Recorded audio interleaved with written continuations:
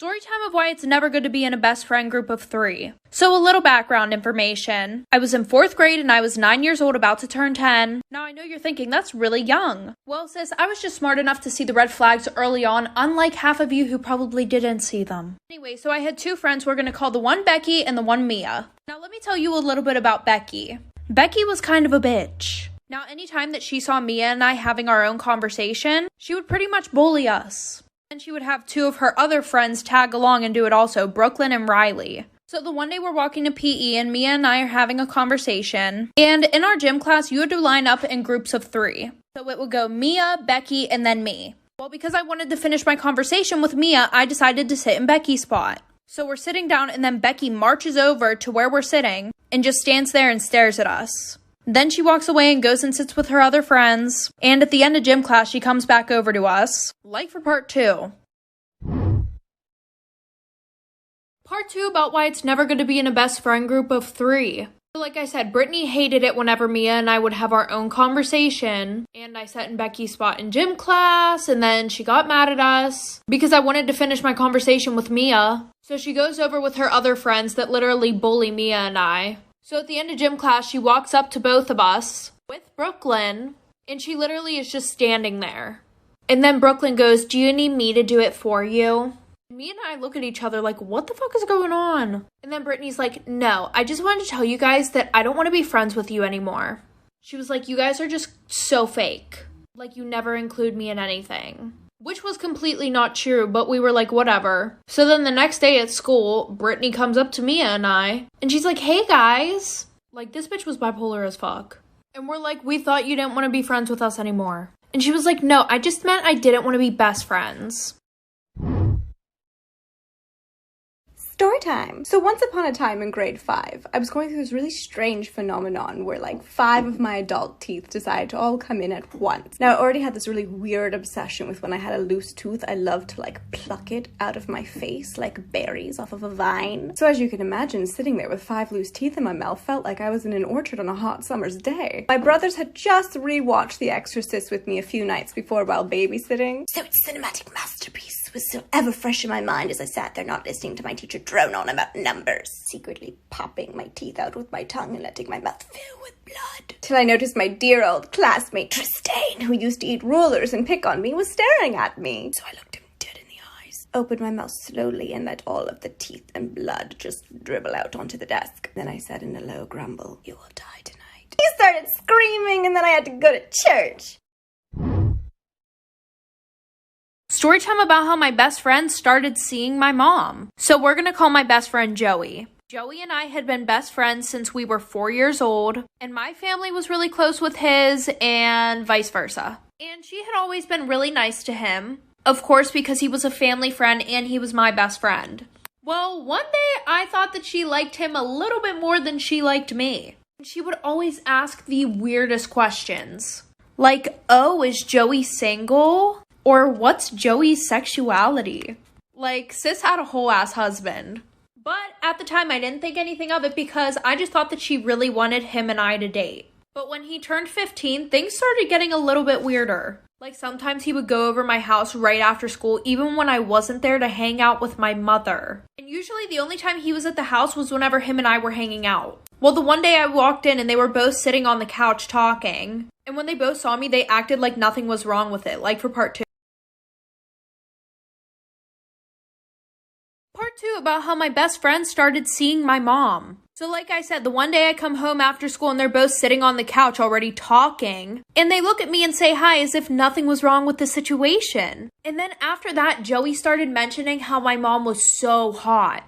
And I was like, "Yeah, no, she's pretty, but that's it." Well, the one day my mom left for work earlier than she usually does. So I messaged my dad and asked him if he wanted to hang out.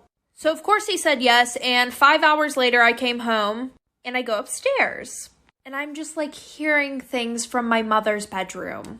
So I go up and I open the door, and because I don't want this video to get taken down, you guys probably can guess what I saw. So I ran out of the room, ran downstairs, I start panicking, and Joey came and hugged me and said, "I'm sorry, me and your mom just love each other." So I told them both they were absolutely disgusting. So then my mom starts crying and begging me to forgive her, and now I live with my dad. You guys are not even gonna believe it when I say that when I was 15, I almost became a stepmom. Yes, we did skip a few chapters, so let's start from the beginning of the book. Back in the day, in middle school, there was this new bad boy in town. And for the purpose of the story, his name will be Dean. So Dean was a little bit older, but he would date some of the middle school girls. A little sus, I know, but even beyond this man had a bad reputation. And I did my best to stay away from guys like him. That was until the second quarter of my sophomore year in high school happened. And while my mom and I were walking around Walmart looking for a pair of jeans, we ran into Dean's mom. Well, our mom started talking and bonded really well. And that's when his mom suggested that we would be a really cute couple. She talked about how much he's changed, so I went ahead and added him on Snap. And the insane thing is that we actually started having really good conversation. Like deep existential ones.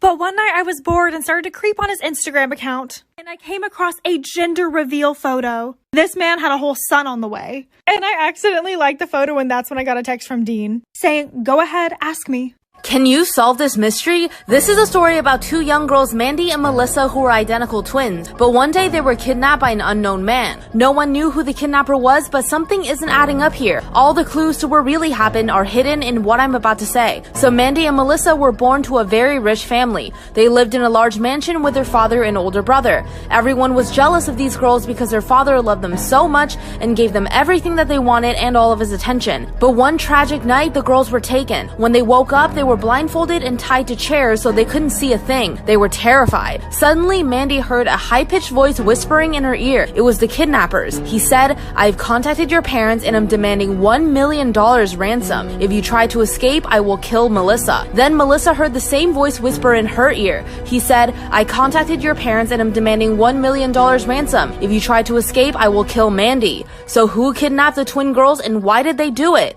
Can you solve this mystery? I got pulled over today, and the cop comes to my window and goes, license, registration, and proof of insurance. And I look at him, I say, "Officer, I don't have my license on me, I don't have my registration, I don't have any proof of insurance." So then the cop looks at me and goes, "Then why the hell were you speeding? I caught you going 90 and a 65.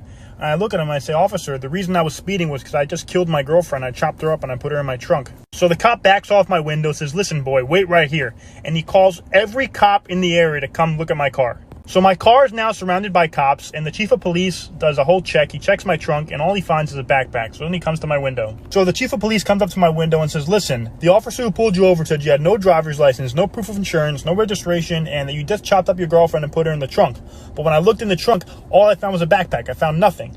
And I look at the chief of police and I say, "Yeah, I know. This lying son of a bitch probably told you I'm speeding too, right?" Storytime about how he cheated on his baby mama with me. So a little background information. There was this boy, and we're going to call him John. John and I knew each other through one of our mutual friends. Well, 24/7, John would post sad quotes on his Snapchat story because him and his girlfriend had just broken up. So I decided that I was going to be Captain Save-A-Ho and be there for him, telling him it was okay and that everything happens for a reason. Well, eventually, John had developed a huge crush on me. Like, he would flirt with me 24/7, sending me all these cute emojis. And of course, my dumbass fell for it. So after talking for a little bit, him and I started dating. Well, the one day I was on Snapchat going through his story, and he was posting a bunch of funny memes on his story, and I was just laughing until I got to the last thing that he posted on his story. It was this picture of a baby girl saying, "I can't wait to meet you from Dada." So with my crazy ass, I jumped on the phone and started cussing him out. And then he goes, "What are you talking about? That's my little sister." Like for part 2.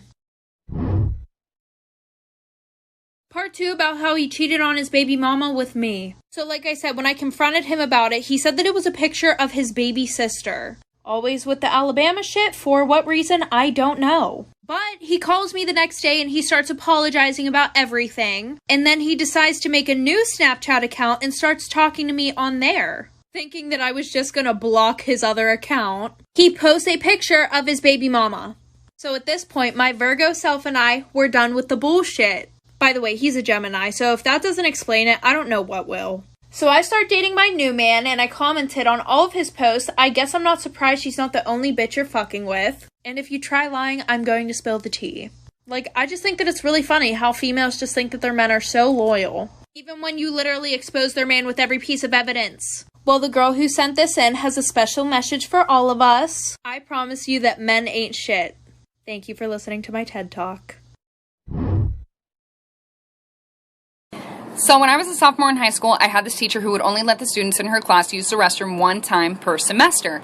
Well, one day I raised my hand and I was like, excuse me, I don't remember her name, can I please use the restroom? And she was like, no you can't, because you've already used the restroom in my class this semester. Well, excuse me, you can't dictate my bladder. So I'm like all frustrated, and I started secretly texting my mom because I wasn't allowed to use my phone in class. And I was like, Mom, I'm sitting in class right now, my teacher won't let me use the restroom. And she was like, I'll take care of it for you. And I was like, okay. So like 5 minutes goes by, and all of a sudden my teacher's phone starts ringing, and she walks up to it and answers it, and she's like, hello? Yeah. Okay, thank you. And then she walks up to me like so angry, and she like slams the pass on my desk, and she was like, since you have to go that bad. And I was like, yeah, I really do, thanks. And I got up and left. I didn't even have to go to the bathroom. It was just the principle of it. I just roamed the halls. I was basically an accident. When I was born, my 5 siblings were already in their late teens to early 20s, and my parents were both 46. I was never abused in my childhood, but I was neglected and my entire family resented me. My parents didn't think they'd get pregnant again, but here we are. I was never looked after for by anyone and basically had to raise myself. No one ever played with me, spent time with me, or anything. They never bought me anything significant. It was always hand-me-downs. I realized this as I got older and I focused on myself. I thought that something was wrong with me because my siblings all received love and attention, so if I improved myself and did things for them, maybe they'd accept and love me too. I always got the best grades, made sure I did all my chores, always kept my room clean, and so on. However, nothing I did was ever good enough for them. We celebrated my father's birthday yesterday. My siblings and my mom wouldn't be around until we went out for dinner, so it was just me and him. I cooked him breakfast and lunch, did all the chores, and bought him a tie. I'm only 16 and on a budget. The most he came up with was a pathetic thank you. I could tell he wanted me to leave him alone, so I did. Finally, we all went out to dinner and they all had a good time while I sat in the corner ignored. This is how it usually is. When we got home, I broke down and started crying in front of them.